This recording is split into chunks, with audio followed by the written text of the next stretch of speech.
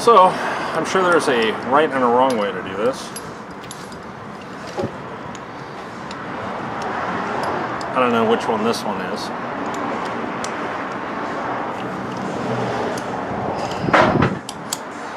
But, you can use one of these to first fold this over and then knock it out.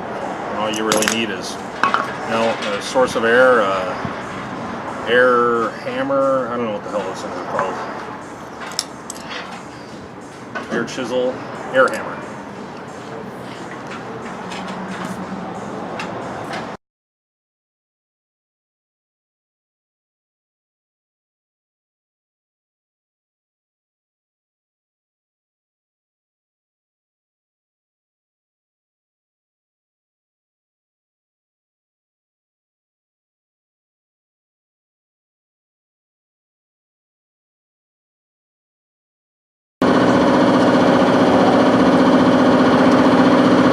So after not being super successful last time, put on a little bit of Marble Mystery Oil on here to kind of get a little bit of lubrication, some penetration in there. And now,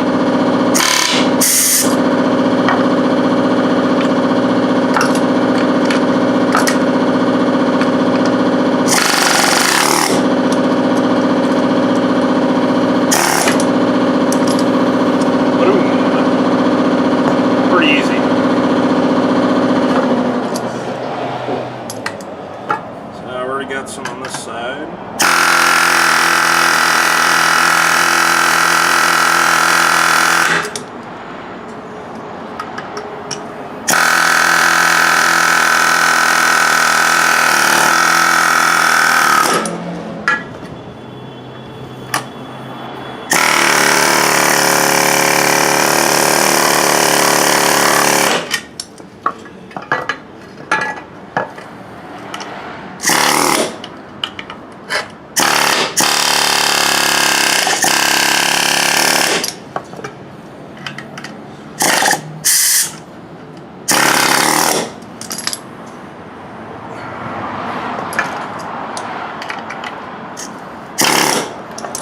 Came out pretty easy by comparison.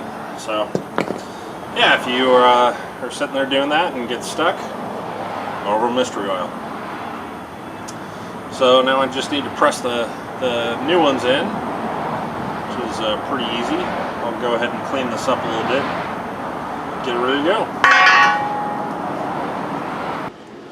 So in this case, installation is not exactly the opposite of removal.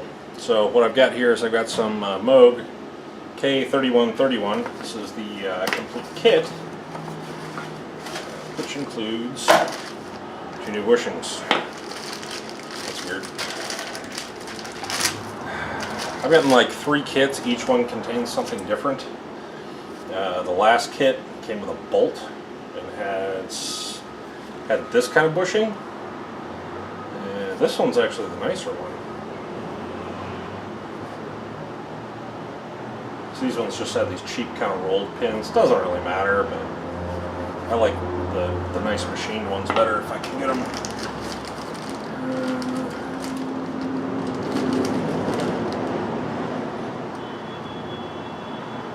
Render, blah blah blah. Doesn't actually tell me anything. Now to get these things back in here, usually I like to apply a little bit of grease. So apparently you cannot see my grease bucket.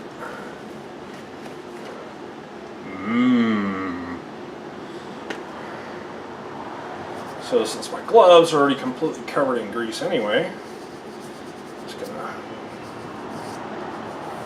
dip those in, put some fresh stuff on there. Just an FYI, these parts are black oxide coated. So the grease, I'm just going to leave it on there when I'm done. It actually helps them last longer. It keeps them from rusting. So there's some for that one. Use the same finger. Make sure my gloves are good and saturated. These gloves are getting pretty fucked, so normally I'd soak them in some degreasing compound and then wash them, but I think I'm probably just going to throw them away. These ones are got holes in them, and one of those. So The nice thing about the air hammer is that it makes it easy to tell which side you did. So this one is the front, and that goes in. Are you kidding me? Oh, duh. Wrong way. The other handy thing is these things are actually biased, so they will only go in one way. I forgot to mention that. And all I need to do here, so this is kind of a stamped sheet metal part. So getting it in can be a little bit tricky, just because this will have a tendency to collapse when you put pressure on it. So usually what I'll do is I'll use either a piece of wood or a piece of metal to just kind of put it in there. Once I get it close to done, and just kind of jack it around. So since I'm in that part, I'm going to use a couple blocks of wood to make sure I'm supporting this adequately. Then I'll kind of try to center it up a little bit. Thankfully, these things usually don't take too much force to install, but you do kind of need to move it around a little bit.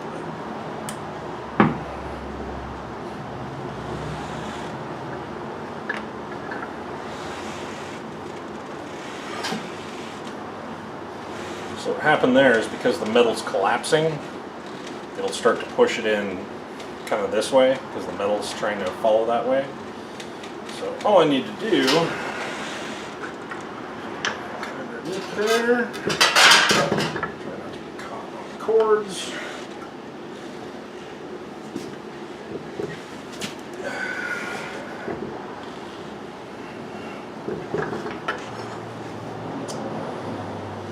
Or sometimes you gotta pop it back out and try again.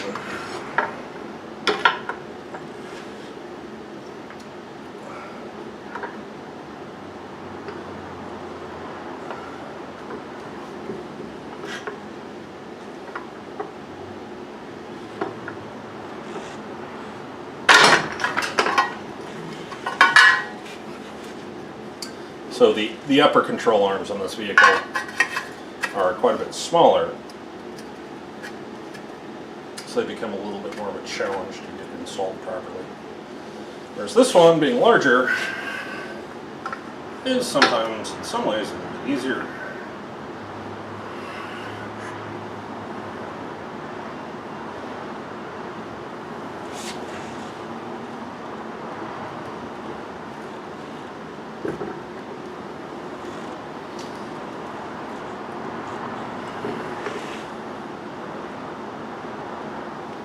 Okay, let's get squished down.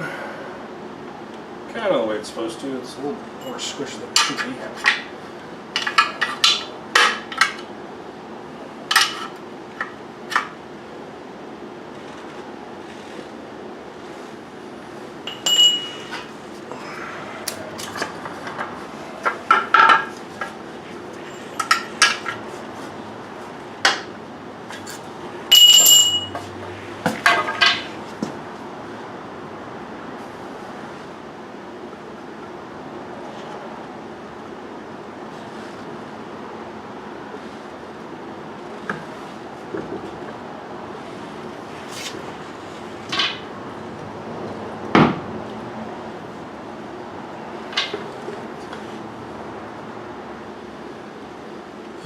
Sight isn't going that well. I mean, it's going okay, but not great. Let's try putting this other one on the other side. Just for comparison.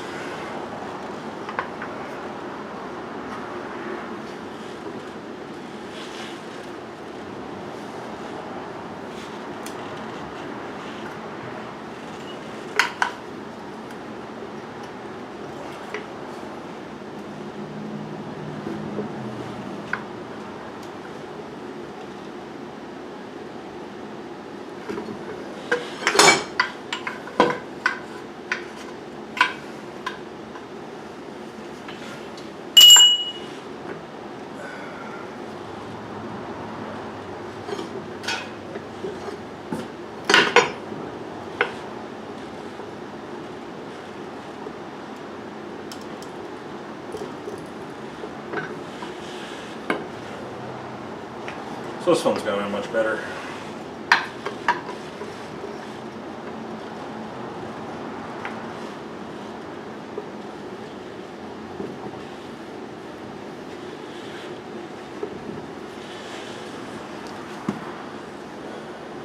So that's actually most of the way in.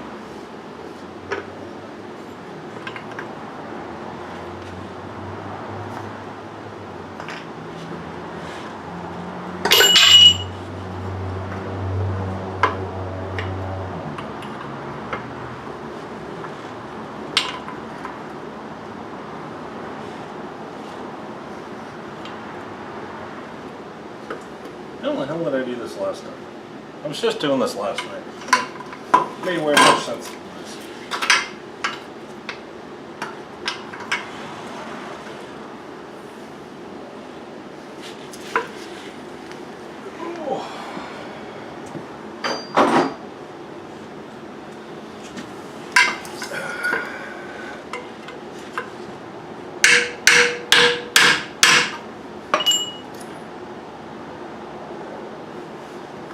That's nice and square. It's still all screwed up.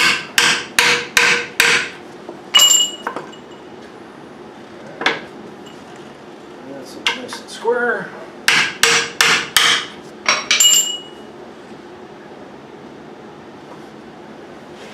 Now, if you're super lazy and don't want to do any of this, you can just buy a whole new lower control arm. They do sell these ones. They're like, I don't know, 30, 40 bucks. They've got them on Amazon. I usually just like to replace the bushings wherever possible and just, I won't say make it easier on myself that way, but develop the practice.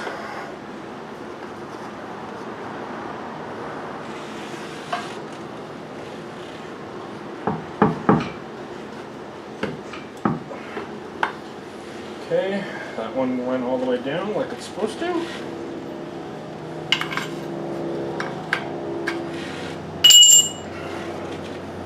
Just need to get this one the rest of the way down.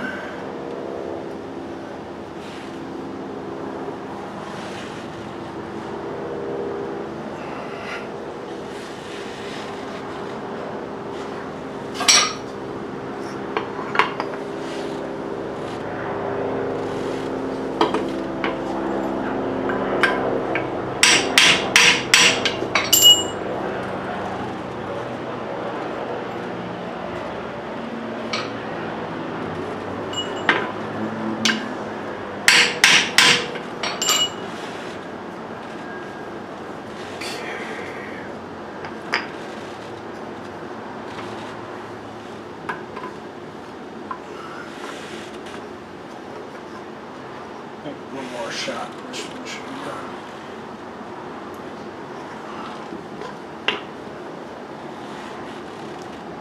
Not quite.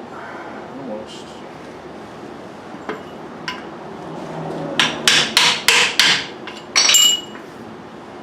There we go. So, it's a little bit crushed on this side.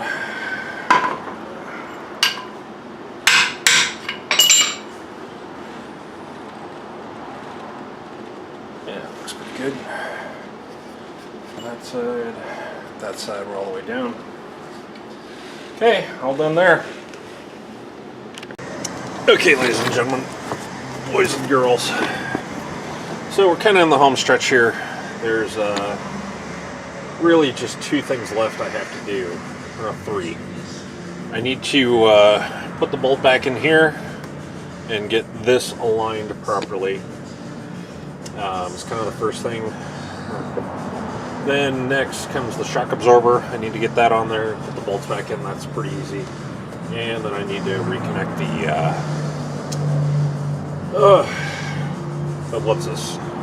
sway bar. So those are the three things I have left to do. It has now gotten dark. I stopped because I had to go grab some dinner because I was just starving. So that's pretty much it. Now the battery on my camcorder is dying. It's dark out here. And I really just kind of want to get this done. So what I'm going to do is I'm going to stop the recording. I'm going to turn off the camcorder. And I'll come back when I'm closer to done. Okay, I changed my mind. There's a couple things I'm going to talk about real quick. So one of the problems here is that because I have the lower control arm removed and I've had to do so much manipulation of the axle, Actually getting things kind of back where they need to go has been a little bit of a chore. So what I've got right now is I've got a jack underneath the axle, and I'm kind of at the top, and it's actually starting to pull this forward. Hopefully, with the intention of being able to get this lined up. So as you can see there, not quite there, but I'm pretty close. Right here is what I'm talking about, if you can't see it. So I think last time I did this bolt first, and then I did the front bolt second. Yeah, alignment was an issue. So I'm going to see if I can jack it up just a little bit more, and maybe get that to pop in.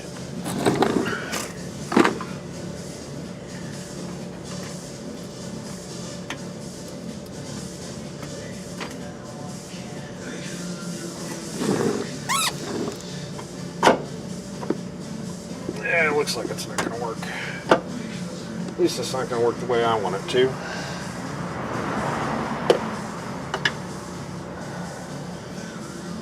I'm going to get a little screwdriver, see if I can pull it over.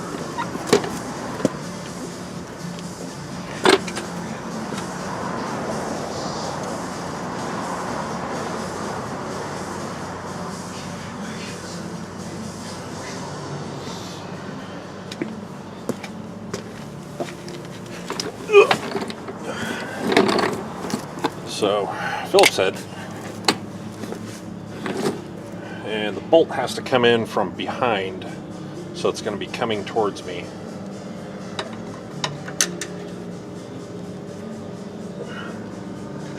Yeah, okay, that doesn't quite want to line up.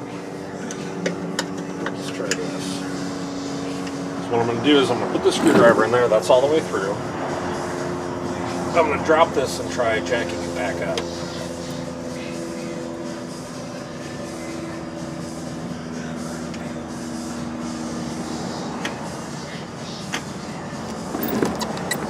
if this is... Yeah, it's under a little bit of tension.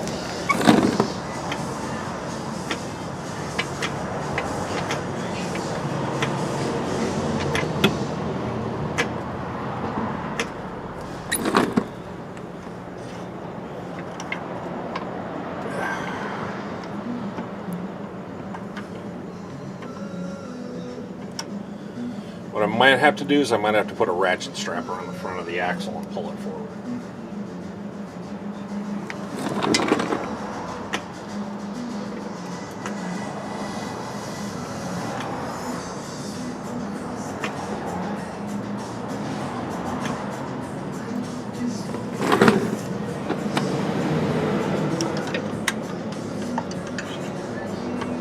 Yeah, it's just not quite there.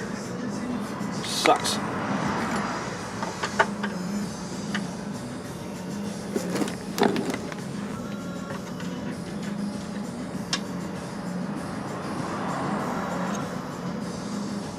So I don't know if that's being caused by stress being put on from the other side, or if it's just basic misalignment shit. In a perfect world, I'd have a big punch, center punch. I could stick through there and kind of get things aligned. I'll put that in there for a second. I'm going to go grab a strap. Okay, I'm going to show you what I did here. The camera angles are kind of close, so I might not totally be able to. So this piece of paracord has one end that's wrapped around the bumper, and then I have a loop right here, and this comes back here, is wrapped around one of the lugs. So what happens is when I pull on this, it pulls forward on the axle. So I'm hoping, let me see if I can get everything in the shot there, that this will be able to provide enough force.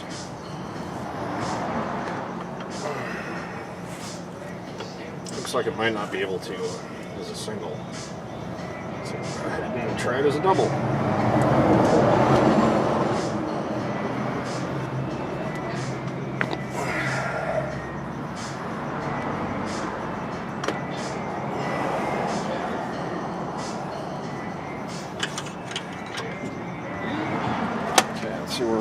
We're almost there.